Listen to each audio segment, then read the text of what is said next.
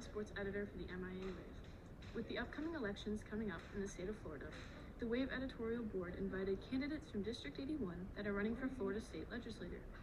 Knowing that both candidates had very different viewpoints on the political spectrum, I wanted to address an issue that has impacted numerous people in the state of Florida. The arts are a very important part of education and life for many people. Commonly, the arts are used as a way to be expressive and help people break out of their shell.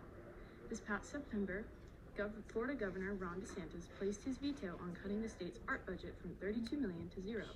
This would strip away a creative opportunity and the money that these organizations and schools had fundraised for their own personal programs. After our educational segment questions, I capped off with a direct question for our candidates addressing the issue. The question was, quote, "If elected, how do you plan to support the arts and ensure that students continue to have access to these important cultural and creative opportunities?" Starting with Democratic candidate Chuck Work, he indicated that the arts are a part of, quote, "a learning experience," end quote, and that the veto being placed is just pure politics.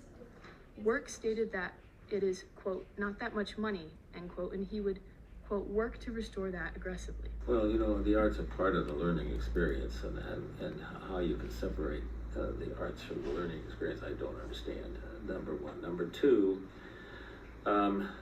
this cut it's pure politics. It's just symbolism. This is not even a rounding error in the state budget. Not even a rounding error, right? And the next thing he's going to say, we're not going to support libraries, right? Isn't that right? That's where he's going to go next. No more money for libraries. Let's just get rid of all libraries. That's the logical conclusion of a policy like that. But much more important, it's just symbolic. He's just trying to raise everybody's hackles and get everybody all excited, and play to some sort of base who doesn't understand that this is really not much money. This is just symbolism. Mm-hmm.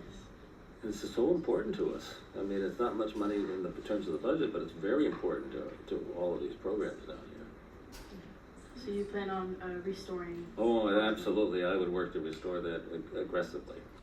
Republican candidate Yvette Benarroach stated that the majority of our state's budget goes to Medicaid, education, and goes to the Department of Corrections. Quote, "The remaining 20% goes towards activities, including the arts," end quote. When referring to the arts and restoring them, Benarroach stated, as "we have a lot of wealth, and we need to get more partnerships with private entities as a way to help certain programs." 2% of the budget is already compromised by the time we actually go out and spend money. So majority of the budget in Florida, for example, goes to Medicaid, goes to education, goes to the Department of Corrections. So that's 80% of the budget. Now you have the 20% that you have to work with all these other things that we need to fund, right? Mental health, arts, just an example. In this community particularly, I think we're very lucky because we do have a lot of wealth. I think we need to look into more partnerships with private entities. I mean, there might be some federal grants at the state level. I'm not saying like I won't fund arts. There are other priorities that we need to take care of before we go down and see how much money is left. I do agree. I think arts is very important because some people are just talented and that's the route they want to go. So we need to look for ways to try to fund those.